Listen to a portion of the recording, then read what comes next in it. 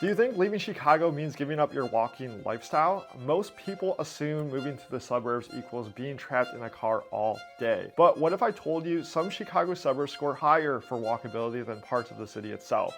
And that's no joke. I'm going to show you the top walkable suburbs where you can ditch your car keys, enjoy more space, and still walk to shops and train stations. Because let's be real, making the wrong suburban choice could mean you're forced to drive everywhere and that you're losing that active lifestyle you loved in the city of Chicago. By the end of this video, you'll know exactly which suburbs offer that perfect balance of city convenience and suburban living. So before we rank the suburbs, you need to understand what actually makes a place walkable. And it's way more scientific than you might think. Walkability gets measured by walk score on a scale of 0 to 100 with specific categories that tell you how exactly car dependent an area is. This padded algorithm has changed over time, and it's now the standard for measuring how pedestrian friendly a neighborhood is. Walk score looks at hundreds of walking routes to nearby amenities across multiple categories. We're talking about groceries, restaurants, shopping, schools, parks, and entertainment venues, and the system is super detailed, looking at actual walking routes rather than just straight line distances. For the purpose of this video, let me break down the 4 core factors that we'll be looking at for the walkable suburbs. Those will be proximity to amenities, public transit access, quality pedestrian infrastructure, and the ability to complete daily errands without a car. When you look at the walk score rating system,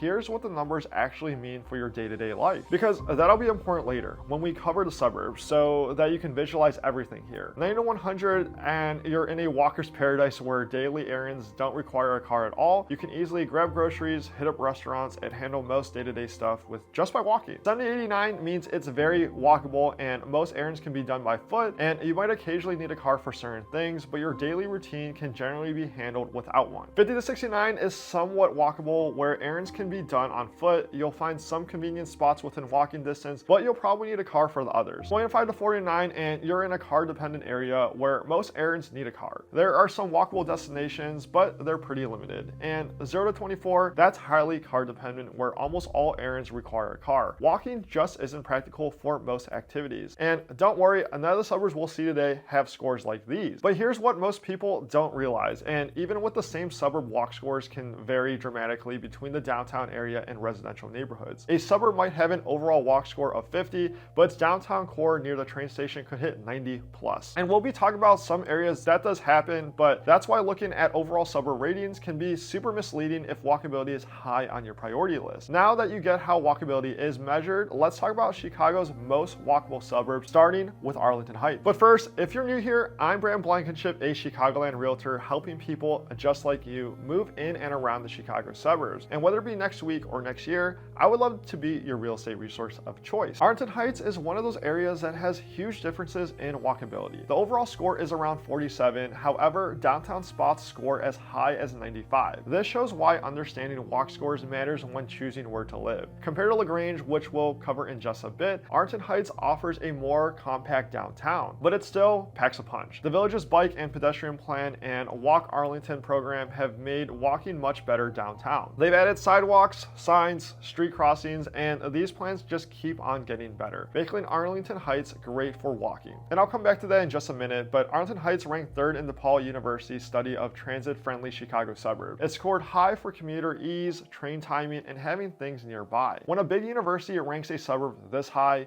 you know they're doing something right. And guess what's really cool? The downtown area has over 40 restaurants, 3 live music spots, and 6 fitness studios, all within a half-mile radius of the train station. That's as many places as you'd find in many Chicago neighborhoods. So, like I mentioned, the downtown didn't change by accident. The village spent a lot of money to create a walking-friendly area that keeps that suburban charm while feeling like a small city. As you walk downtown Arlington Heights, you'll see wide sidewalks, inviting spaces, and outdoor dining. It all invites you to enjoy the fresh air. What makes Arlington Heights interesting though is how they create a walkable core while keeping that suburban feel just a few blocks away. You can seriously have a house with a yard and still walk to dinner, dessert, and even train to your work. And speaking of trains, the metro station sits right in the heart of downtown. This makes it super easy if you work in Chicago, and a fast train gets you to downtown Chicago in about 35 minutes, which is same as many city neighborhoods. And before I go on, if you haven't yet, don't forget to hit that subscribe button as well as a like because I drop new videos every week on the Chicago suburbs. Here, we explore everything from commute times to neighborhood vibes and booming areas to keep an eye on. And I promise you'll discover places you've never even considered, especially if you're looking to make a move here. But now, let's talk about Grange, which has earned an amazing title among the Chicago suburbs. Grange is the most transit-friendly suburb in the Chicago area, according to DePaul University's Chadwick Institute, and that's not just my opinion. That's from a big study that looked at 250 suburbs using 47 different factors. These included train timing, walkability to stations, and having nearby things. Grange has a walk score of 71 overall, making it very walkable, so most errands can be done on foot, but what I want to focus on is the downtown Grange, which hits a walk score of 95, earning that walker's paradise status. Here, daily errands can be done without a car. That's higher than many Chicago neighborhoods. Similar to our next suburb, what makes Grange so great is how it's built around the BNSF railway line. So most village shops and services are within a half-mile walk of the train station, and this wasn't just luck. This was careful planning that created one of the easiest to get around suburbs in the Chicago area. Here, you've got over 1,300 public parking spaces in downtown Grange, and this balances walkability with access for visitors and commuters. So you can enjoy a walking-friendly area even if you're coming from farther away. And honestly, Grange's downtown is a true hidden gem. It has a lively mix of restaurants, shops, and key services all in a small walkable area. You'll find everything from nice restaurants to coffee shops, great stores, and business services all within easy walking distance. This is kind of a different take than our next location. We'll get there in a moment, but so one thing that surprises people about Grange is how walkable downtown flows into beautiful home areas. You can be walking among shops 1 minute and then strolling tree-lined streets with historic homes in the next. And for families, this setup is a game changer. Kids can walk to activities, teens can get around without needing rides, and parents can enjoy dinner without having to figure out who's driving. It creates a lifestyle that many people miss when leaving the city. And now for our number 3 spot, we're heading to a suburb that many see as the perfect mix of city and suburban living. Oak Park ranks among as most walkable in cities in Illinois with an overall walk score of 78, but its downtown area reaches as high as 95, higher than many Chicago neighborhoods. Oak Park is often seen as the gold standard for walkability outside the city itself. Oak Park has great public transportations with options including the Green Line, Blue Line, and the UPW line, and this transit-rich area gives many people ways to get around without a car. So whether going to the city or other suburbs, and then you have many walkable neighborhoods, and these include downtown Oak Park and the Frank Lloyd Wright Historic District. These areas have many shops, restaurants, and attractions you can easily reach on foot, which is great because it creates multiple walkable zones throughout the community. Oak Park's approach to walkability includes good public transportation and bike-friendly roads, along with its friendly design. This multi-option approach gives people choices beyond walking. It creates a real car-optional lifestyle, and here's what's unique about Oak Park: its architecture. The Frank Lloyd Wright Historic District contains the world's largest collection of Wright's design buildings. Personally, my favorite, and you can tour many of them on foot. Just imagine walking from home, you'll see world-class architecture that people travel around the world to just visit. And honestly, Oak Park has done an amazing job of keeping its historic character while changing to meet modern needs. The downtown area has modern shops and restaurants in historic buildings. This creates a unique vibe that combines the best of old and new. And you'll see how Glen Allen managed to keep that same historic vibe while totally refreshing their streetscape. I'll explain how when we get to the end, but for families, Oak Park's walkability means kids can walk schools, parks, and community centers, and the walking-friendly design gets people outside and involved in the community, which many families love. And before we wrap up, there are 2 more worthy mentions, so let's check them out. These 2 locations might not have the highest overall scores, but their downtown areas totally match our top picks for walkability. First up is Elmhurst. The average Elmhurst walk score is 48, but downtown Elmhurst scores as high as 95, especially places within a quarter mile of the UPW Elmhurst station.